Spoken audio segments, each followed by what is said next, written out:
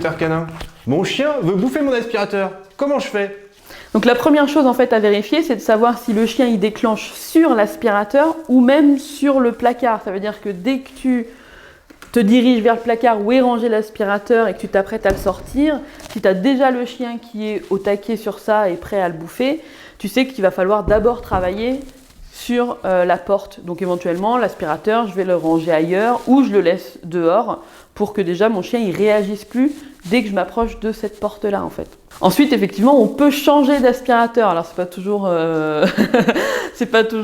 facile pour tout le monde d'aller acheter un nouvel aspirateur, mais en tout cas, aller tester avec un nouvel aspirateur. On demande à sa mère ou à des copains de nous prêter le sien, parce que le fait de changer complètement l'appareil, ça permet de repartir de zéro, parce que il a vraiment associé cet aspirateur à quelque chose de négatif.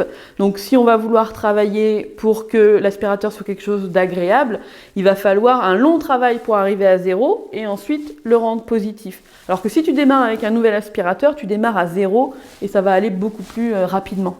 Donc premier conseil, on l'habitue à l'aspirateur sans le bruit.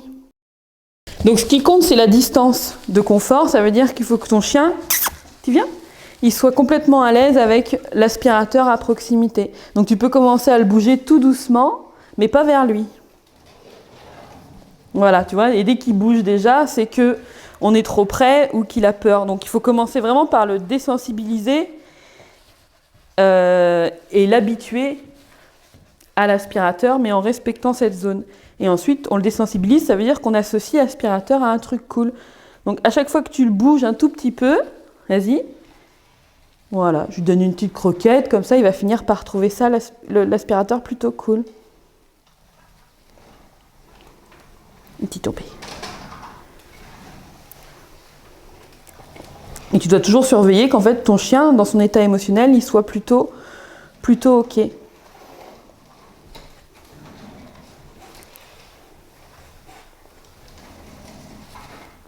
Donc tu vois, là c'était déjà un peu, on voit limite. C'est très bien ça, super. Et là c'est chouette, on peut commencer, il regarde l'aspirateur, on voit qu'il reste calme, donc là je vais commencer à le récompenser à ce moment-là.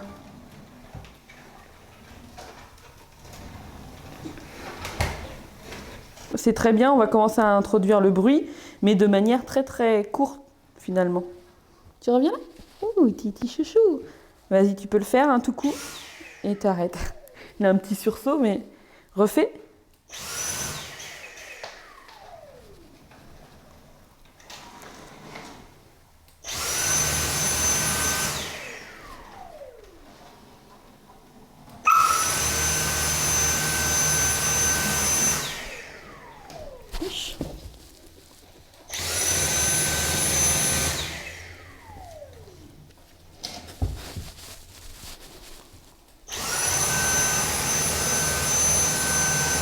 Donc il faut être à deux pour passer l'aspirateur, un qui passe l'aspirateur et un qui récompense le chien.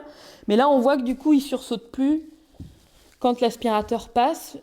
Et quand tu veux passer vraiment l'aspirateur, du coup tu mets ton chien dehors, comme ça il associe plus l'aspirateur à quelque chose de désagréable et tu prends vraiment le temps que de faire de l'association positive quand tu as le temps et quand vous êtes deux pour le faire.